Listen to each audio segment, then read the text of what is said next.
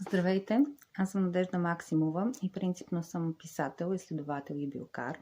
И установих, че е доста трудно в едно 3-минутно видео да ви разкажа малко повече за това, с което се занимавам, но ще опитам отново. В общи линии от 15 години живея в малко селце в Балкана и отглеждам над 3 декара най-различни растения, най-вече лечебни и лечебни гъби също така.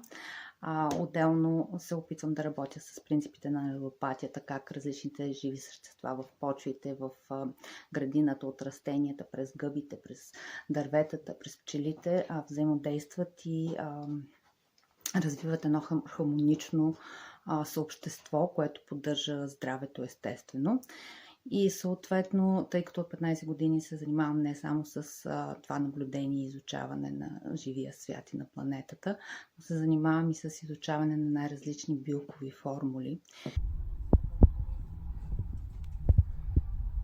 Различните лечебни растения и гъби могат да навлязат в симбиотични връзки чрез лечебния извлек, който изготвим с нашите тела и съответно как те взаимодействат не само с различните клетки, със своите биохимични свойства спрямо нуждите на организма, но и как работят с микробиома, който имаме. И в тази връзка искам да ви представя последните 2 книги, които издадахме. Грижа за здрави черва и микробиом, 10 принципа за холистично здраве и храна при автоимунни заболявания и хронични възпалителни процеси.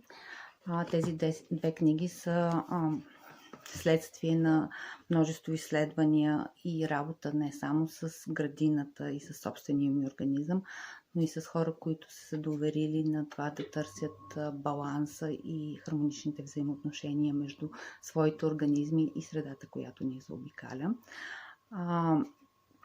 Принципно, ако искате да научите повече за книгите, ще може да погледнете в Facebook страницата ми или на линка към Билковия магазин. И също така може да погледнете и предишните ми 2 книги, които на мен идеята ми е не само да разработвам различни лечебни композиции, които да достигат до хората, но и да покажа на хората как могат да работят с лечебните растения. В тази връзка тази книга "Лечители в градината" е изключително полезен наръчник за билки и билкари, както съм го нарекла. Има се и снимки за различните растения, как могат да се извличат оптимално различните им активни съставки, изобщо всичко, което някой, който има желание да се лекува с растения, може да научи. Това е плод над 20 години изследвания и практика.